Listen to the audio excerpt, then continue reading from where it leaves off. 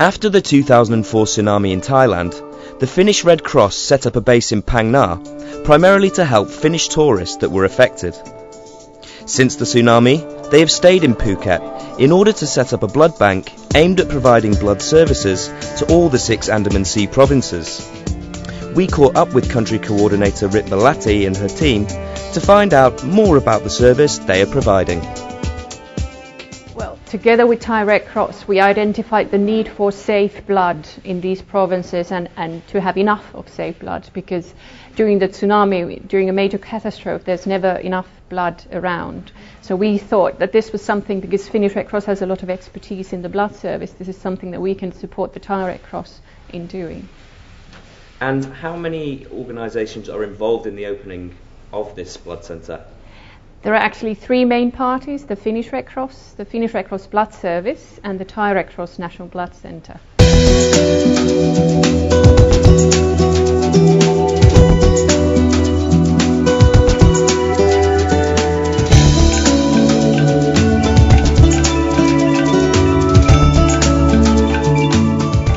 So this is the first part of the whole process. We collect blood in-house here in RBC and also in the mobile session. And generally we collect 450 ml of whole blood and take 3 samples from donor.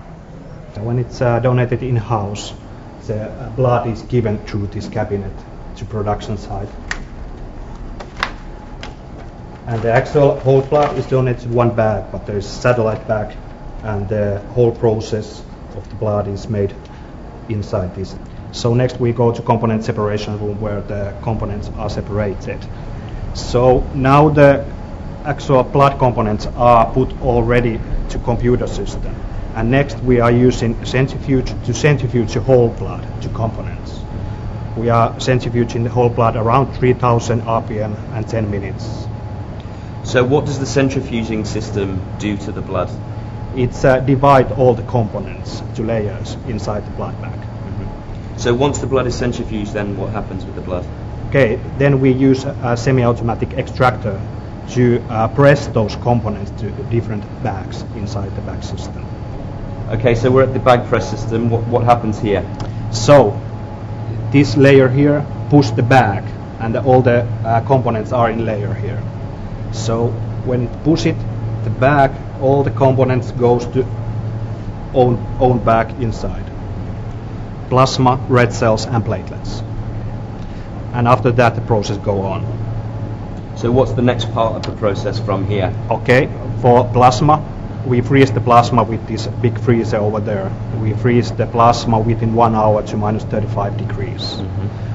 The red cells we put to quarantine to wait results from blood grouping and virus detection. And platelet we pool.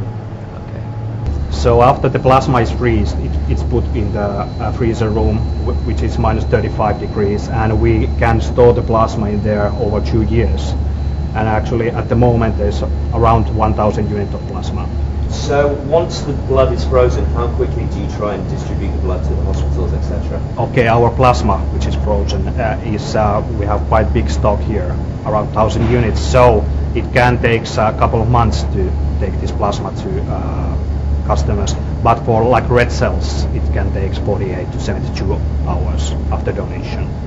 Okay, so where are we now? Okay, this is distribution room when the hospitals are ordering blood. The orders comes here, and we pack the blood in here and pack those with the cold elements and pack these to foam boxes and send to hospitals.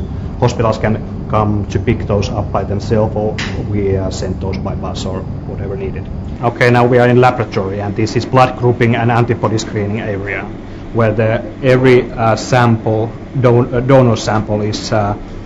We are measuring the HBO and RH samples from here, and we can know what is the donor blood group. We are using these automated systems here, and part of this process are made by hands also. So this is laboratory technicians who are working here. And this is the virus detection section of the laboratory, and with these automated machines we are detecting like HIV and hepatitis from the blood, and with these we can ensure the safety of blood. this would be a very important part of the process, I imagine. Of course, and if we can find something from the blood, we will discard the blood components immediately. And of course, we consult the donor also. So if you find blood that does have virus, what happens to the blood? Then staff of regional blood center will contact to donor and say you should go to see the doctor.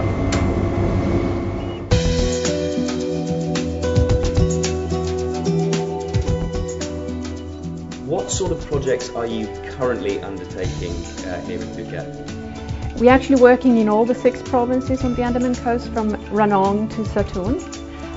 That's because they were affected by the tsunami. And we have 2 main emphases, health and disaster management.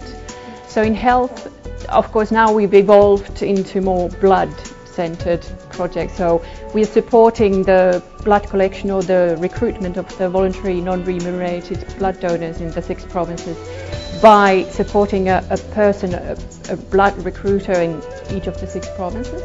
And then we've built the Phuket Regional Blood Centre and equipped it and donated that to Thai Red Cross. And in disaster management, we are cooperating with Thai Red Cross, Norwegian and Swedish Red Cross in sea rescue.